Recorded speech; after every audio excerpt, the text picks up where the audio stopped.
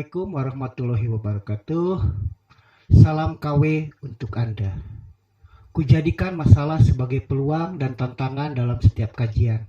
Itu menjadi moto kami.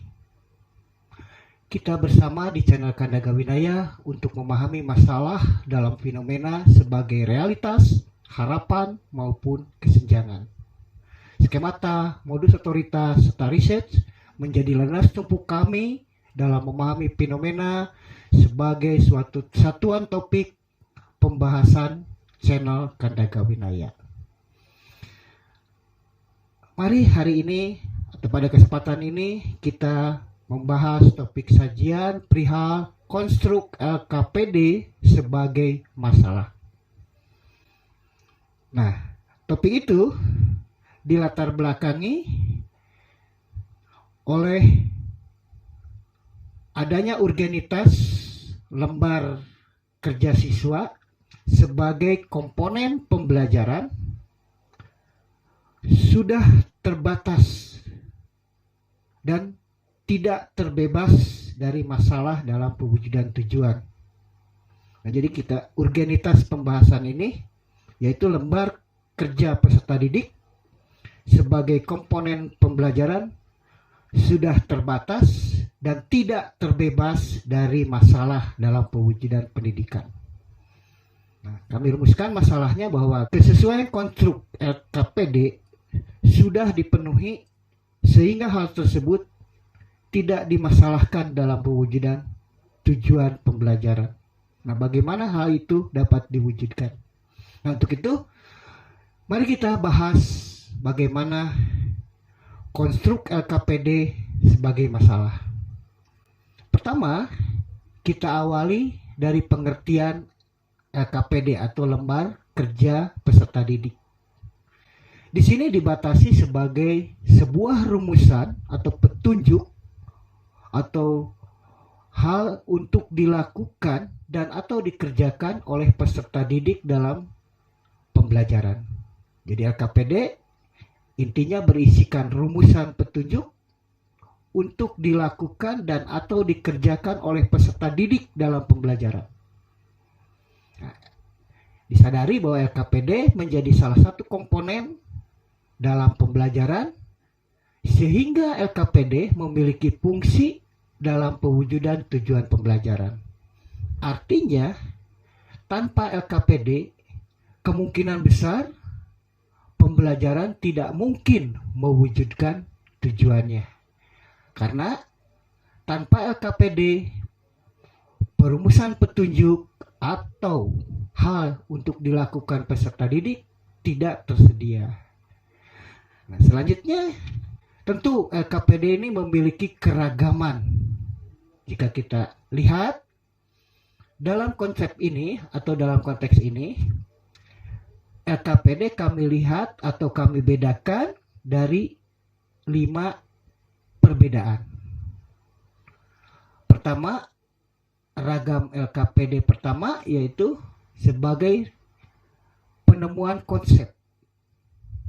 Jadi lembar kerja peserta didik berisikan rumusan petunjuk atau perintah untuk penemuan konsep. Nah, yang kedua, ragam LKPD berisikan rumusan petunjuk atau perintah tugas tentang petunjuk pelaksanaan praktikum. Nah, itu LKPD kedua. Dan yang ketiga, ragam LKPD berisikan rumusan tugas atau petunjuk untuk penerapan konsep. Keempat, LKPD untuk penguatan konsep. Dan yang kelima, untuk penuntutan proses belajar. Jadi, jika kita lihat dari segi keragaman tadi, maka LKPD memiliki 5 ragam dan bisa digunakan sebagai komponen dalam pembelajaran untuk mewujudkan tujuan pembelajaran. Nah, sekarang permasalahan yang sering dihadapi ketika LKPD tadi tidak dirumuskan, tidak dikembangkan sesuai dengan ragam, sehingga LKPD dihasilkan di luar tuntutan ragam. Jadi umumnya tidak jelas. Saat ini ditemukan LKPD yang ada itu mau kemana arahnya. Nah, oleh karena itu mari kita benahi, pahami ragam LKPD. Apakah dia sebagai ragam untuk penemuan konsep, petunjuk praktikum, penerapan konsep, penguatan konsep, dan penurunan proses belajar. Nah, selanjutnya, mari kita lihat perihal syarat LKPD. Nah, ada 3 syarat untuk terpenuhinya LKPD sesuai dengan ragam. Nah, pertama, kita lihat syarat didaktis. Kedua, kita lihat syarat konstruk. Dan yang ketiga, syarat teknis. Nah, syarat didaktis bahwa LKPD perlu disesuaikan dengan ajas belajar mengajar efektif. Jadi bagaimana sebuah lembar kerja peserta didik berisikan petunjuk atau tugas atau tempat atau alat untuk penugasan kepada peserta didik memenuhi syarat belajar efektif. Nah, kedua, syarat LKPD yaitu penyesuaian terhadap aspek kebahasaan, kesukaran maupun kejelasan. Nah, itu disebut sebagai syarat konstruk. Jadi, setelah syarat pertama, syarat didaktis, pertimbangkan syarat kedua. Apakah LKPD sudah memenuhi penyesuaian terhadap aspek kebahasaan, kesukaran, maupun kejelasan dalam perumusan tugas atau petunjuk pelaksanaannya. Syarat ketiga, nah ini berkaitan dengan syarat teknis. Sebuah LKPD harus memenuhi syarat teknis. Nah, dengan ditandai adanya penyesuaian terhadap grafikasi. Grafikasi itu bagaimana cara mencetak, mewujudkan dalam lambang-lambang. Apakah itu tulisan, gambar, ataupun hal-hal lain.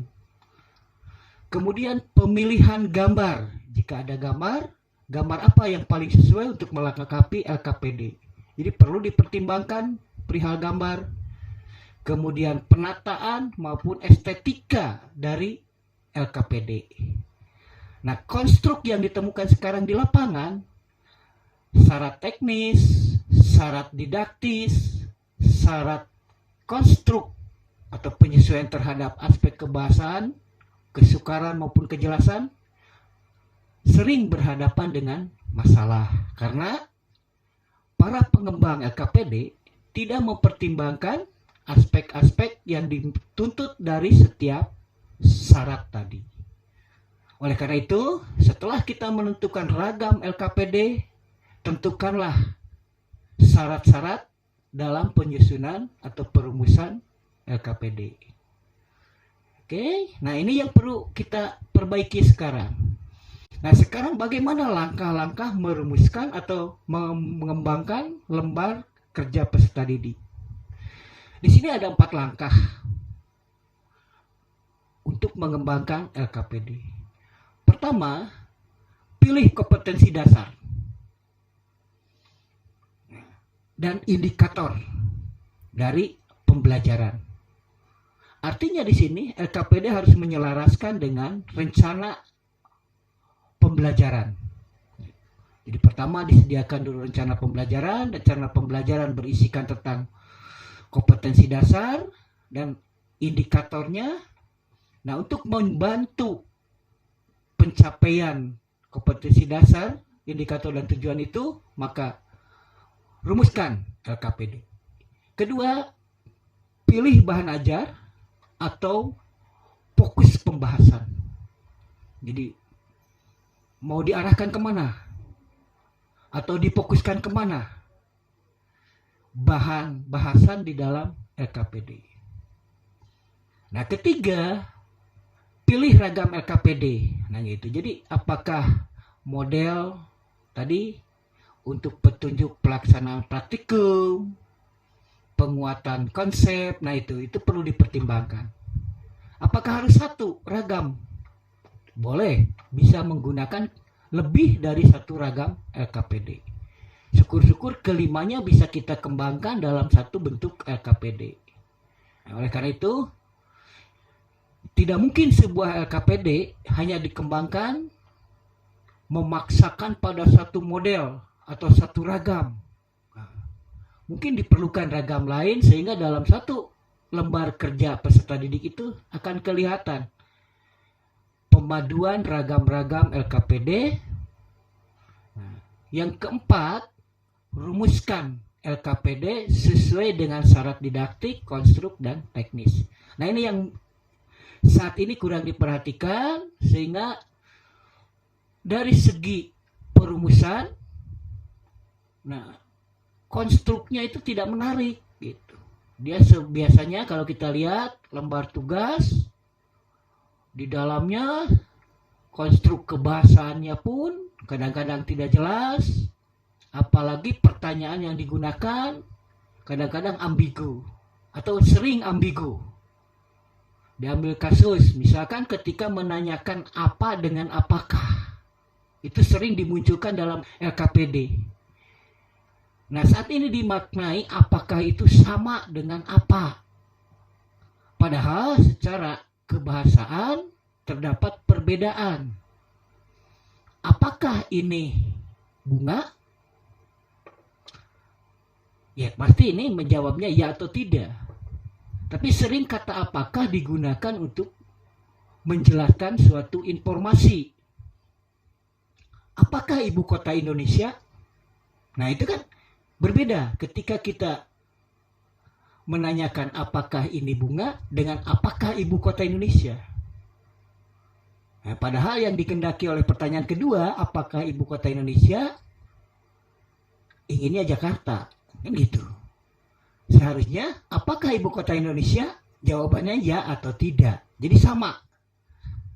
Namun saat ini itu dirancukan. Jadi mohon sekali diperhatikan ketika mengkonstruk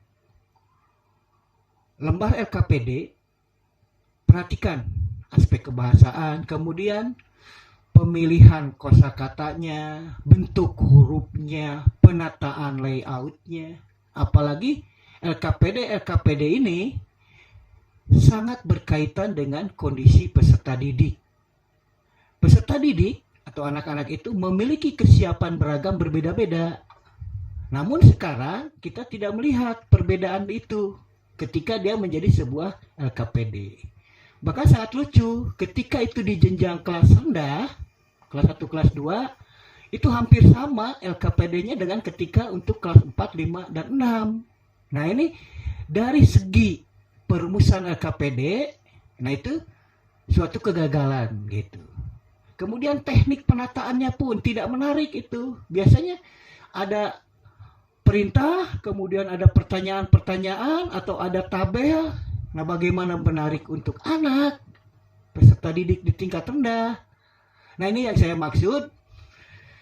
Konstruk rumusan LKPD bermasalah. Jadi mari kita benahi pembuatan LKPD ini dengan langkah-langkah. Pertama, hati-hati dalam pemilihan kompetensi dasar dan indikator. Jangan berbeda dengan RPP atau rencana pembelajaran. Selanjutnya, fokus bahan ajar.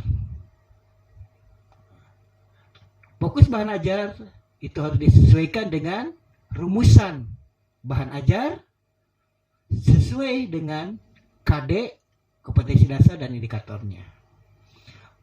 Kemudian pilih ragam LKPD dari 5 jenis itu dan boleh menggunakan lebih dari satu ragam LKPD dalam satu lembar LKPD. Terakhir, perhatikan syarat didaktis. Jadi bagaimana pembelajaran efektif, pembelajaran bertepat guna, berhasil guna dalam mewujudkan tujuan. Berikutnya adalah konstruknya. Konstruk berkaitan dengan aspek kebahasaan, kesulitan cara membuat kalimat, nah ini kadang-kadang juga ribet gitu. Dan sering ditemukan itu tidak konsistennya guru dalam merumuskan LKPD. Bisa dianalisis ketika pembelajaran bahasa Indonesia hanya belajar kalimat ini budi, tapi ketika masuk ke LKPD mata pelajaran lain itu sudah jauh lebih susah. Apalagi kalau kita lihat berdasarkan tuntutan LKPD dari masing-masing pelajaran, itu tidak saling mendukung kesannya. Nah, kemudian teknisnya bagaimana menata grafisnya, pemilihan huruf, penataan warna, pemilihan kertas. Nah, ini bisa kita buktikan itu. Nah, berikutnya setelah kita berhasil melaksanakan langkah itu, buatlah kisi-kisinya dulu. Nah, ini jarang dilakukan. Pertama, buatlah seperti ini, tabel dengan berisikan 5 kolom. Rumuskan kompetensi dasar apa yang menjadi fokus pengembangan LKPD. Kemudian tuliskan indikator-indikatornya. Tentukan bahan ajarnya dalam kolom itu. Kemudian jenjang kognitifnya atau level berpikirnya. Apakah itu C1, C2, C3 sampai C6? Apa kita berbasis pada higher order thinking skill atau lot?